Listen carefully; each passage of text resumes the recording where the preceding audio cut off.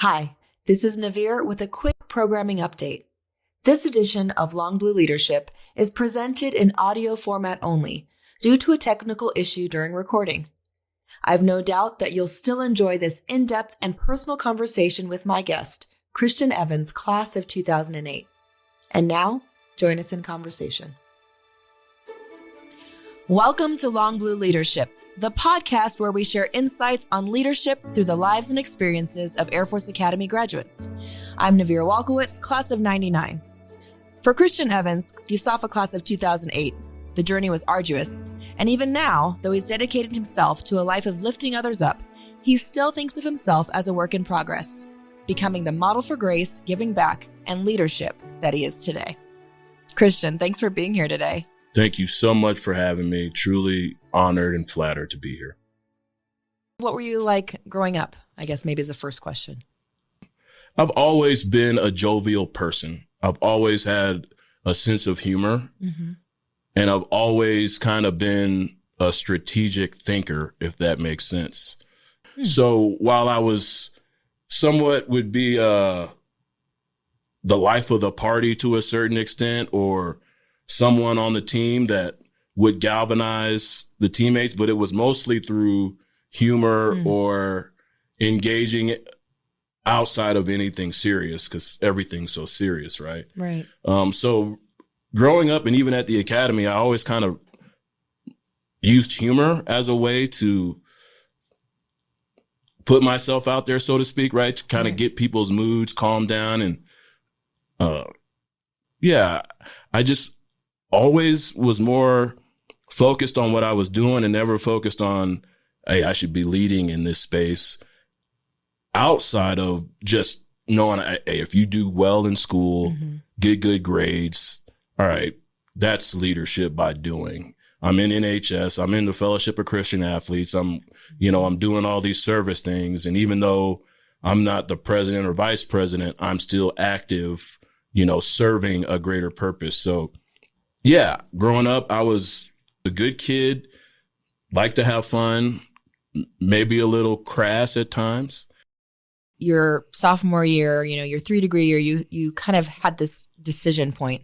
What was it that helped you make that decision? Was there an incident? Was there a moment? Was it just, a path you're on? There was definitely an incident. Okay. At the end of our sophomore year, we did not have the season that we wanted as a football team. So the night of the game, after the game, I was still underage, and I drank alcohol, and the academy found out about it. And so I had to go through that rehabilitation process, which wasn't fun. I think it was 6 months. Wow. Where, you're restricted to the base. So at that point, that's when I said, okay, this isn't a civilian school. Right. Right. You kind of got to button it up here if you want to stay and actually get something out of it. So that next year I made a point during the summer school and even that summer as a cadre for basic to just really apply myself and try to see, all right, if I actually apply myself and lead and maybe not make everything a joke, well, you see real outcomes. And I think that's where my first experience of really being able to affect younger cadets and or younger grads and their experience with the academy. Because as a basic cadet cadre, I really went out of my way to try to look out for our basics in a way that typically doesn't happen during basic training. And it is what it is, right? Basic training is not summer camp. So it's got to be tough. It's got to be hard. But I think if you ask my basics, I definitely went into the situation with the idea of making it hard but fair, but also making it enjoyable and something that's worth remembering. And so experiencing that as a cadet and really seeing, okay, yeah, you're pretty good at this thing. You can motivate people and you can make them feel good about themselves and you could help them when they need it and not make it hard for them to get where they need to go kind of thing and really enable them. That was a great experience for me and kind of carried into the next year. I got on group staff. I learned that the more that you lean in, there are actual outcomes that come out of it, and you're able to have a positive impact on other people, which to me gives me, that's where I get energy and I feel good about myself. Outside of how I feel about myself is how I can help other people to accomplish whatever it is they kind of want to do. So. Wow. It sounds like you took an incident that happened to you all the way back in basic and you found a way to turn it around to make sure that another basic didn't have to go through what you did. And you probably didn't even realize it at the time when you're going through that self-discovery as a leader and applying yourself. But can you think of a story of where that came into play? Like when you were a cadre for a basic and was there ever a time where you were able to make a difference for a basic that you weren't able to have made for you? Absolutely. One of the things I did, and this is an easy one, was when there was someone that needed meal replacements for whatever reason or was still hungry at the end of the day, I would help get food and sustenance to them, whether they played sports or not. Obviously, doing it for the football guys so that they can maintain weight for when the season starts. But when other non-football people mentioned that they were still hungry or the food was making them upset, things like that, I would get them what they needed, right? And I think for that, they felt like somebody cared.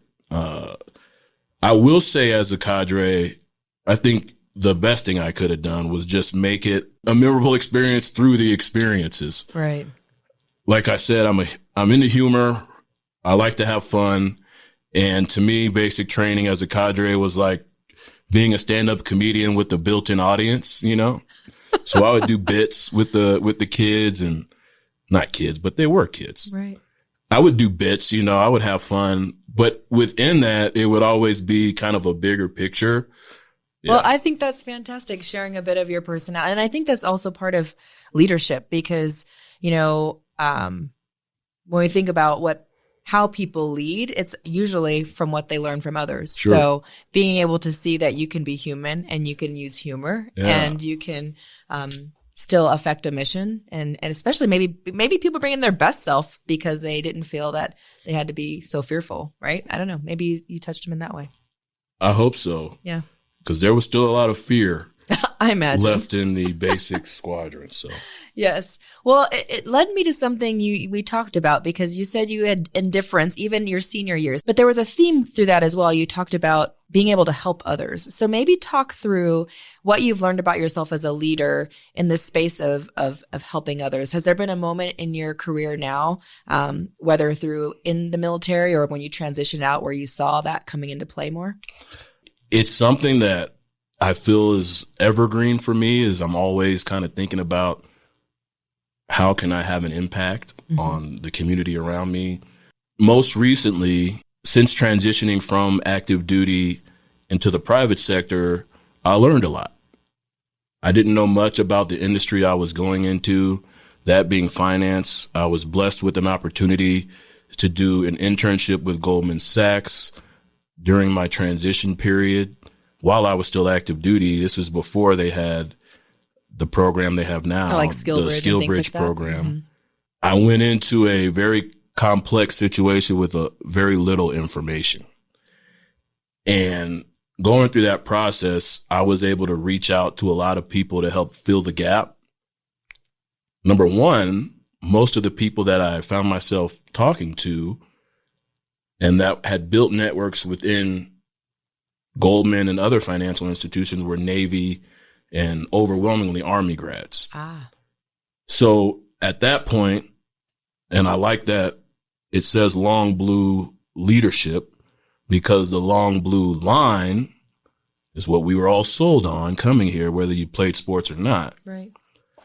Just about anybody you ask that have made the transition from active duty into a new industry or career that requires a little bit of advocacy and understanding and people doing some recruiting and all those things, how much it means to have somebody that you could call and learn things that you just don't know.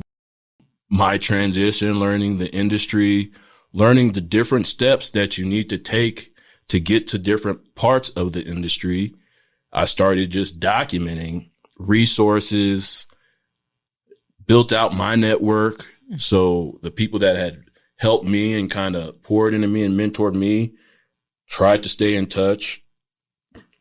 That is something that I'm pretty good at, is just meeting people and turning a casual introduction into some type of meaningful relationship. And so when I got a few years in and did my MBA and kind of went through my process, I put together kind of a 1-pager, 2-pager, and shared it with a number of younger grads at the time that I kind of adopted as mentees. They were just young grads or young cadets in some cases that had an ambition and that wanted to do something that they didn't really know much about. Being able to give them that information to fill the void earlier in the process. Maybe they've got a few years left in the Air Force. Okay, they could start preparing themselves through certain things, getting involved in certain organizations. Right. I thought if I could get this information to them earlier, well, they could start preparing more for making that transition. And so after doing that and over the years, they made it their own thing. And now they have matriculated to some of the top business schools, law schools in America. And so for me, that showed me the power of, when you learn, teach, when you give, right? I heard that quote a number of years ago. That kind of was something that after doing that and seeing the outcome, and especially now when I look back, that started maybe, let's say 8 years ago. Well, now guys are starting their own funds and they're working at multiple investment banks and consulting companies. And, to me, that was more rewarding than even the accomplishments I had made in my transition. So I feel very blessed to have been able to do that. But, I definitely over the time have made it a mission of mine to ensure that I'm pulling the younger grads in the direction that they want to go and doing it a little bit earlier in the cycle so that they can get better prepared. This is really fascinating. What makes you care in this way? At my first base was my first real interaction with the AOG and actual alumni. I got to meet real grads. That one in particular was a gentleman, Al Fullerton. I think he was a 1963 grad. And he was medically discharged before he was able to serve. However, he was a grad. Right. And he stayed connected to the organization.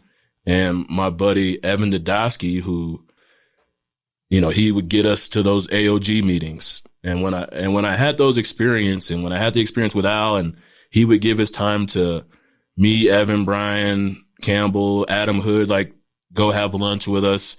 Got to meet with Flash Wiley while I was up there. Nate Dow went and got his master's while he was up there, and we would go have coffee and get to talk to him and interact with him. And I said, man, there is some richness to this.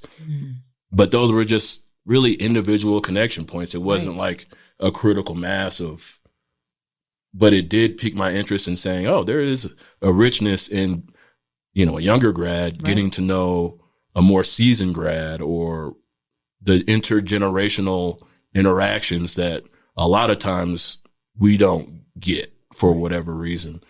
And so you started seeing and feeling the effects of the long blue line. Yeah, absolutely. And it was really just the thought of trying to maximize the talent that God gave me. And in doing that, you can't be indifferent and be a great leader. You can't be indifferent and be, the best that you can be. Certainly doesn't hurt to be kind of engaging with the vision for where our association's going. And to your point, what does your impact look like within there? Sure. So what has that looked like, and how has that shaped you as a leader? Do you feel like those are one and the same? Like you bring your leadership to it in the way that you are, or has it changed you, this kind of service as a leader? Yeah, if anything, I learned that if you do have a passion for how things should be, if you lean in, galvanize the troops, so to speak, and or try to find leadership opportunities within the multiple organizations that interact and do things for cadets and for grads, find those, because it's been very beneficial to me as I have come onto the board and seeing, okay, something like the next generation. So can you talk a little bit more about this next gen group? Yeah, absolutely. There are certain periods as graduates where we have big decisions to make. And as an association, the more that we're engaged in helping you to solve for those decision problems, so to speak, the more you'll feel the value was served to you to engage. So that kind of spurred a conversation with Nate Dial, and we always kind of have strategy sessions here and there about all kinds of stuff. But in this situation, it was, hey, how can we kind of solve for this young alumni or emerging leader alumni engagement? Because the numbers speak for themselves. It's extremely low. If all grads are engaging at 10%, if you graduated after 95, it's less than 10%. So Next Gen kind of was born out of that. And so we started thinking about, we've still got a lot of people engaged. That's right. From our previous classes. Mm-hmm. And so I thought if we created some type of working group to start thinking about what can we do to provide this value proposition to that demographic of graduates that are historically disengaged. And engagement is not money. Right? It's just showing up to alumni events or coming back to the academy at any point or whatever, going to a game when the academy's playing close to you, things of that nature. So that's where we got to the Next Gen group. I think a theme that's been woven through this with you has been in your journey as a leader, really leaning in. It seems like when you've had these moments of decisions of applying yourself, you have these like continuous wins that seem to continue to fuel that desire to make further impact in others. Would you say that's accurate? Absolutely. Wins have a way of building on themselves, and losses do too. So incremental, big wins, small wins, I'm just trying to win. So yeah, to me, and even in the face of a loss, you're still winning because it's an opportunity to learn, right? I'm sure it's like a common theme, but it's true. We all have experienced failure. Nobody wants to talk about it, but everybody experiences it some way. How do you deal with that failure? We talk about resiliency at the academy. We talk about integrity a lot. We talk about service. We talk about excellence, but we don't talk about failure necessarily because we're academy grads. We don't fail, right? We don't fail. But it's true. Like even in failure, it's an opportunity to win. And the more wins you kind of put together, they cascade and they grow into great things. And that's kind of where I see at least my growth and development has been through just a cascading of small, big, intermediate, and honestly putting myself, taking myself out of my comfort zone, see where the chips fall. Well, we'd like to hear what your leadership lessons and takeaways are, because there have been really a lot of moments in here that I think everyone has been able to kind of see themselves in, right? You've had moments where you've had to kind of pick yourself up even when you weren't sure what that looked like, and you did. What might you leave with our folks? We go through a lot of leadership training, so it's like a leadership podcast to teach me what I've been training for. It feels like our whole adult life could seem redundant sometimes. So I'm not going to give anybody a nugget that they might not have heard before, but something that I've tried to do that maybe when I think about leadership has helped me to approach it in a different way is to always think about leading with love to a certain extent. I don't mean that to be mushy. I mean that to be sincere, right? Always go into a situation thinking about the person you're dealing with as opposed to yourself. Little things. Like I said, we've got a lot of technical and structured education about what leadership is, but how do you actually execute and effectively live it is different. And so for me, it's a very selfless kind of approach. But I always say, lead with love. And that's what I'll continue to do, right? But I don't have any groundbreaking nuggets. I don't think about leadership all the time. It's just in me, right? I think it's in most of us. They made sure of that. Sincerely, yeah, leading with love, because there are other obvious nuances and principles to leadership. But to me, that's the one that gets lost the most in translation sometimes. Can you share a moment when you led with love and it was, maybe a moment where you wouldn't have expected that's the way that you could actually solve something? I wouldn't say I have a specific instance. Mm-hmm. It's just who I am. Right. So, I don't really have an instance.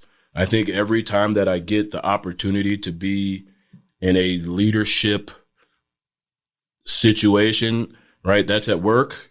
In my day job, that leadership looks a little different than leadership in an AOG board capacity or leadership in other board service that I do around the town of Dallas, or really leadership within your own peer groups, right? It's just a part of who I am. So I don't necessarily have a specific situation. It's just most of the situations where I found myself in having an opportunity to actively lead other people, I try to make sure that I'm implementing that. And I think most people that have gotten to work with me would attest to it. Well, I can validate that. Certainly just in our interactions together, I think I've seen you lead with love, and it's because you put the human aspect in. How can I help you is really how it translates across. And I think that's a very powerful, it's maybe not something that people think about, but it's probably highly effective, but even more so, it's incredibly probably fulfilling. Yeah, I would say one thing I learned is I don't need much help. I'm going to go figure it out. But there's a lot of people that don't have that same personality type. Mm-hmm. And so I think that's important when they don't, is that you can be somewhat of a force multiplier for them, using Air Force speak. So, well, I think it's wonderful what you're leading and you're passionate about. And it kind of, again, dovetails from, I think, all of your experiences of, always wanting to make something better than what you had to go through or experienced in life. Yeah, you had told me to repeat this, but I had said if you would have asked just about anybody that knew me as a cadet and young officer, if Chris Evans, because that's, I didn't become Christian until I became a civilian, and everybody's Chris, but yeah, is Chris Evans is on the ALG board, they'd say, no way, no way. So, I think the Academy, we've all had our experience with maybe getting broken down, whether it's basic training, whether it's your first year academics. I would say started for me during basic training. Growing up and coming into the Academy, I thought of myself as a pretty good kid. I focused on school first, athletics second, and I had a lot of success in those two spaces and was blessed to be recruited to the Academy to play football. However, I did have a little intellectual curiosity about what the place was all about. Coming on my recruiting visit, seeing the training going on, it definitely piqued my interest. But when I got here and went through the prep school first, actually somewhat enjoyed that experience. Basic training at the prep school was hard, but it definitely tests your mettle. And after maybe that first few weeks and thinking that I might quit, having a few conversations with people back home, definitely made the decision that I came here for a reason. I was going to see it through. That was challenged the next year during basic training, matriculating into our 4-degree year. Mm-hmm. And I had a very catastrophic event happen with my family, and where my grandfather was tragically murdered by my uncle. I mean, to be transparent, you know, when we were preparing for this, you mentioned, oh, you've gone through some traumas. And I never really thought about it as a trauma, but it definitely was one. And I would say through the healing process, I connected with a very great chaplain we had here who took a lot of time to help me heal. However, he could only do so much because I had a lot of work to do for myself. I was blessed to be able to travel and play as a freshman. And so in that, between going through what I went through in basic training and then the culture of the football team of somewhat really focusing inward, it definitely helped to lead to a general indifference about maximizing my time at the academy and focusing on things that may not have been as value add to the bigger picture of being here, if that makes sense. So from a leadership perspective, in my sophomore year, I had to make a serious decision. Like, if I'm going to stay here, well, what am I here for? Am I going to maximize my time, or am I going to keep goofing off and trying to live like I'm at a civilian school kind of thing? And so I did make a conscious effort then to kind of lock in, but still a young athlete that had a lot of distractions around him. You know, there was still a lot of room to grow. And as I went through my cadet time, I would say definitely found the beginning of my pride in this institution. Nothing like graduating and have the president call your name, right? That was probably one of the cooler experiences. I would say that was the genesis of my indifference towards the bigger picture of what the academy represents. But in that, I did come to a few moments where I realized that, hey, you're really wasting your time here if you're going to continue behaving and really thinking about the academy from a selfish lens. That just goes to show, like, it's okay to grow up. There's no, the terrazzo gap doesn't still have to exist. We could all kind of give back to our organization in ways that we're comfortable with, but you just got to find the avenues to do it. Right. Well, I think when I think of the next gen community, what excites me is I think about the 2 cadets that I have at the academy, and it's the next gen community that's going to be their mentors when they graduate. So when you think about that, it really puts it in perspective. They'll also be their commanders. That too. That's right. Well, Christian, it's been a pleasure having you on Long Blue Leadership. Thank you so much for being here today. Thank you again for having me. And thank you to the whole team that makes this podcast happen. I know there's a lot of work that goes into it. Thank you for having me. Thank you for joining us for this edition of Long Blue Leadership. The podcast drops every 2 weeks on Tuesdays and is available on all your favorite podcast apps. Send your comments and guest ideas to us at socialmedia@usafa.org and listen to past episodes at longblueleadership.org.